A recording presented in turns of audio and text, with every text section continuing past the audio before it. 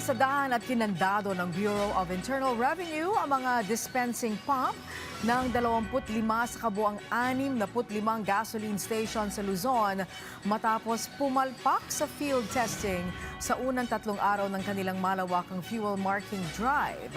Sa pagpagtulungan ng BIR sa Bureau of Customs, isinagawa ang operasyon para maiwasan ang revenue leakage at maprotektahan ang mga compliant na negosyo laban sa unfair competition.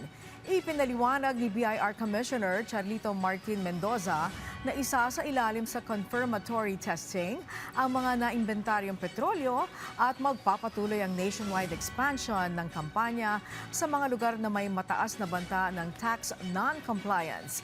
Binigyan diin ng ahensya na maaari lamang matanggal ang mga seal at muling markahan ang mga produkto sa oras na mabayaran na ng mga negosyante ang kaukulang buwis at multa.